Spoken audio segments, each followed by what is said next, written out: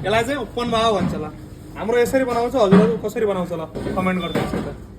ल यता हेर्नुहोस् है, हाम्रो चाहिँ नागी सेपले ट्याक्कै यसरी भाव बनाउँदै हुनुहुन्छ।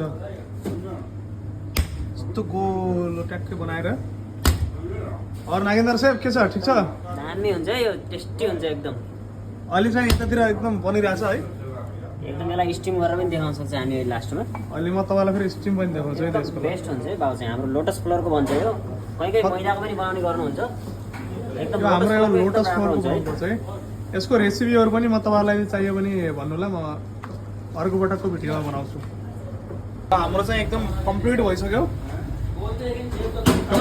अब तपाईँहरूलाई स्टिम गरेर यसको स्टिममा देखाउँछु है तल।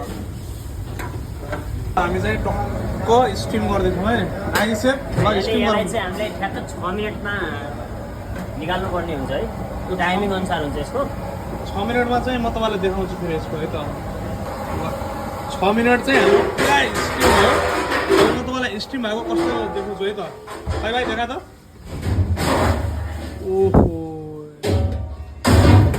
ल यता हेर्नुहोस्, एकदम खाउ खाउ हुन्छ है यो चाहिँ, मस्त हेर्नु। दामी भएको छ ल। कस्तो बवाल भएको।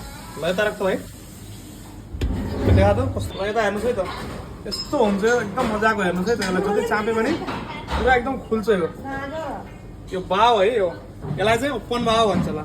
हाम्रो यसरी बनाउँछ, हजुरहरू कसरी बनाउँछ ल कमेन्ट गरिदिनुहोस्।